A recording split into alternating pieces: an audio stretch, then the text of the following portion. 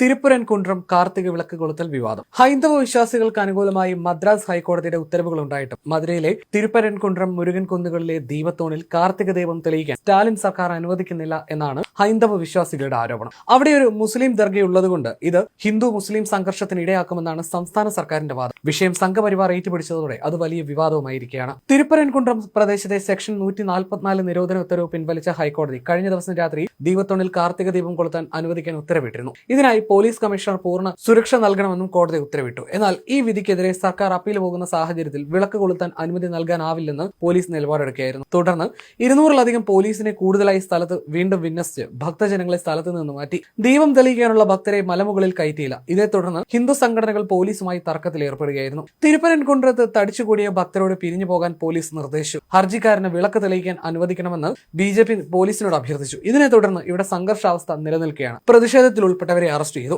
BJP സംസ്ഥാന അധ്യക്ഷൻ Nainar Nagendran ഉൾപ്പെടെയുള്ളവരെയാണ് police arrest ചെയ്തത്. ഇതോടെ തമിഴ്നാടിന്റെ മറ്റു ഭാഗത്തും പ്രതിഷേധം അലയടിക്കുകയാണ്. മുരുകന്റെ 6 പഴയ വീടുകളിൽ ഒന്നായിട്ടാണ് തിരുപ്പുരൻകുன்றത്തിലെ മുരുകൻമല കണക്കാക്കപ്പെടുന്നത്. ഇവിടുത്തെ ദീപത്തോണിൽ വർഷങ്ങളായി ദീപം തെളിയിച്ചിരുന്നു എന്നാണ് വിശ്വാസികൾ പറയുന്നത്. എന്നാൽ മുരുകൻമലയുടെ താഴെയായി സിക്കന്ദർ എന്നയാളുടെ പേരിൽ ഒരു ദർഗ സ്ഥിതി ചെയ്യുന്നുണ്ട്. മുരുകൻമലയുടെ പേര് സിക്കന്ദർ മല എന്ന് പേര് മാറ്റണമെന്ന് ആവശ്യപ്പെട്ട് ദർഗയുമായി ബന്ധപ്പെട്ട ഏതാനും പേർ ആവശ്യമുയർത്തിയിരുന്നു. ഇതിന് പിന്നിൽ DMK ആണെന്നും പറയുന്നു. മുരുകൻമലയുടെ കീഴിൽ ഇവർ മൃഗങ്ങളെ ബലി ചെയ്യാൻ ശ്രമിച്ചിരുന്നു. ഇതിനെ ഹിന്ദു മുന്നണി പ്രവർത്തകർ തടഞ്ഞതും വിവാദമായി. ഇതിനിടെ കാർത്തിക ദീപം തെളിയിക്കാൻ അനുവാദം നൽകണമെന്ന് ആവശ്യപ്പെട്ട് രാമ രവികുമാർ എന്നയാൾ കേസ് നൽകി. മദ്രാസ് ഹൈക്കോടതി സിംഗിൾ ബെഞ്ച് ഇതിന് അനുമതിയും നൽകി. ഇതിനെതിരെ DMK സർക്കാർ മദ്രാസ് ഹൈക്കോടതി ഡിവിഷൻ ബെഞ്ചിനെ സമീപിച്ചെങ്കിലും ദീപത്തോണിൽ കാർത്തിക ദീപം തെളിയിക്കാൻ അവരും അനുവാദം നൽകി. തുടർന്ന് ദീപം തെളിയിക്കാൻ രാമ രവികുമാറും ഹിന്ദു മുന്നണി പ്രവർത്തകരും പോയെങ്കിലും DMK പ്രവർത്തകരും തമിഴ്നാട് സിറ്റി പോലീസും ചേർന്ന് ഇവരെ തടഞ്ഞിരുന്നു. 50 ഹിന്ദു മുന്നണി പ്രവർത്തകരെ അറസ്റ്റ് ചെയ്തു. 2 പ്രവർത്തകർക്ക് ലാത്തിചാർജിൽ പരിക്കുമേറ്റു. ഹൈക്കോടതി ഉത്തരവ് നടപ്പാക്കാൻ അനുവദിക്കണമെന്ന് ആവശ്യപ്പെട്ട് രാമ രവികുമാറും അഡ്വക്കേറ്റ് അരുൺ സ്വാമിനാഥനും CISF ഉദ്യോഗസ്ഥരും എത്തിയെങ്കിലും DMK